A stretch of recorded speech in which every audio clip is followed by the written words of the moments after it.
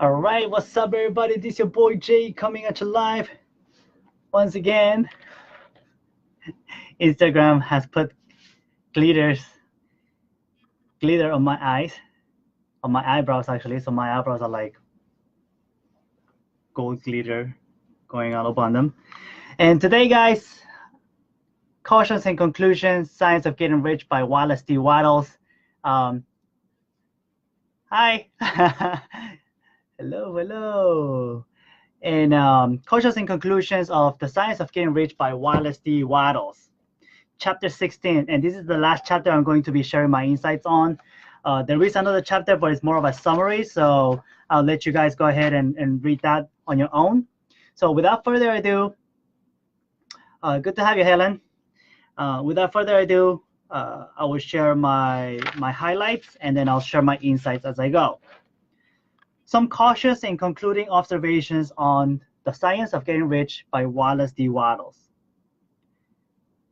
He says, if people have the advancing mind, and I talked about the advancing person, have the faith that they can become rich meaning, once again, guys, not just material and money rich, but rich meaning everything that encompasses a harmonious and prosperous life, right?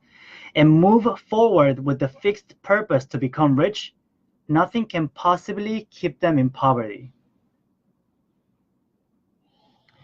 The more people get rich on a creative plane, the better for others. Because when people create, they create more for the greater good, not just for personal gain. And when you're giving for the greater good, more gets made for everyone.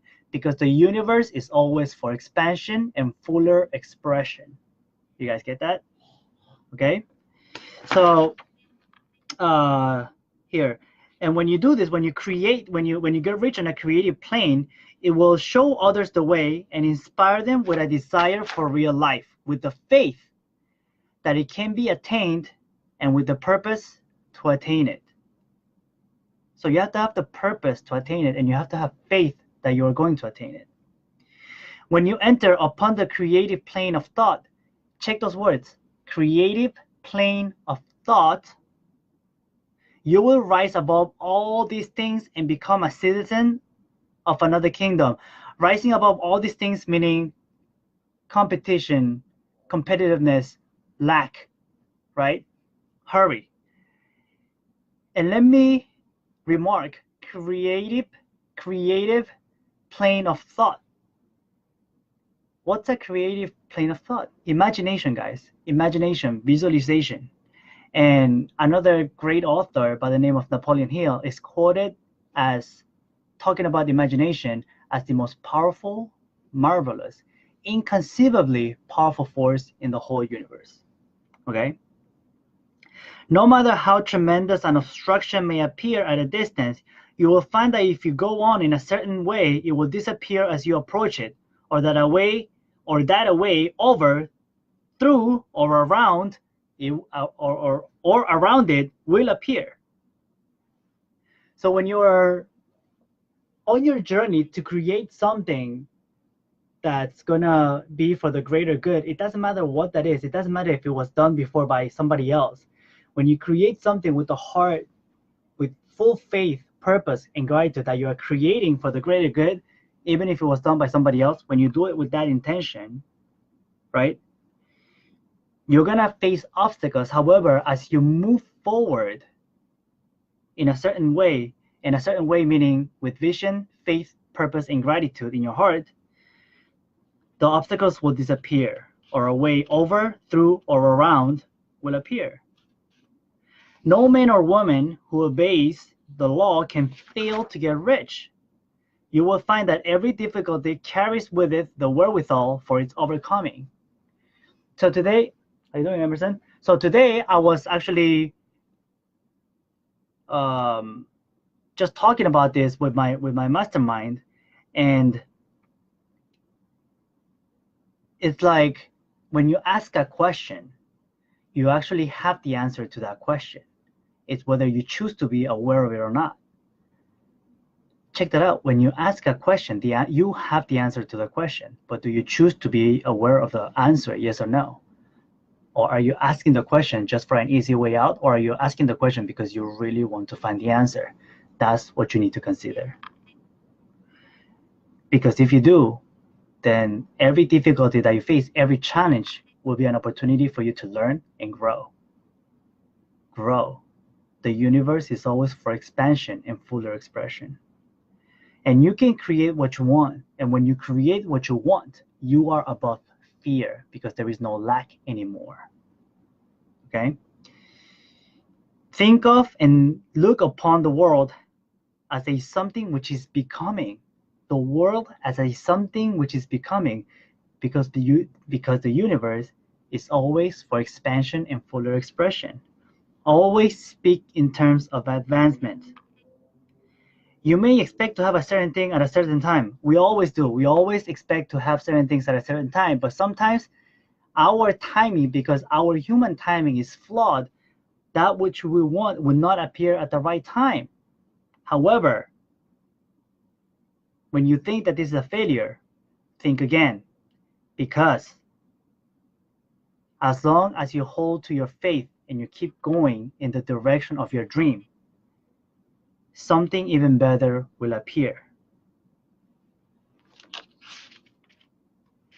Because how many times have you guys heard about people who seem to face the biggest failure, but they come back from that failure better, stronger, wiser, and more successful than ever, right? And he goes through a story in the book about a man who had spent a long time working on a deal, and at the last minute the deal fell through, and he brushed it off and he just kept on going with purpose. And a couple weeks later, another opportunity came across him, which blew the previous deal that fell apart completely away.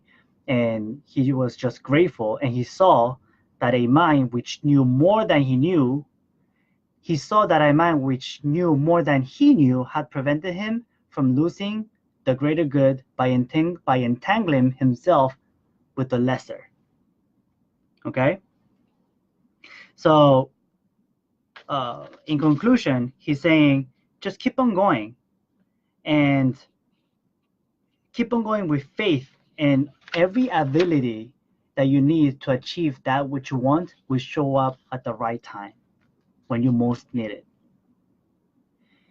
Another thing, spend most of your leisure time in contemplating your vision and in cultivating gratitude, so that every time that you're taking action, you are going to always be contemplating your vision automatically and keeping gratitude in your heart. Because when you are, and that's why it's a caution and a conclusion, because you have to guard your thoughts.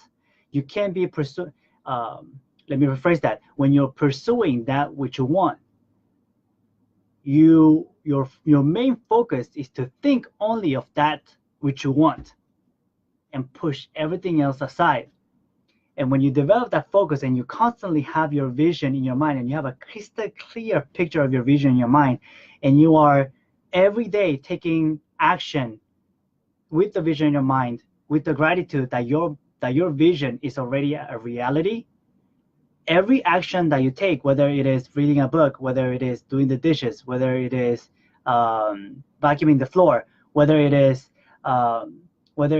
talking to people, it's always going to be with a purpose, with gratitude. And when you transfer that to people, people will gravitate. Hey, what's going on, CJ? People are going to naturally gravitate to want to interact with you, because you are giving them an impression of increase that they cannot get from other people. And that is your unique value.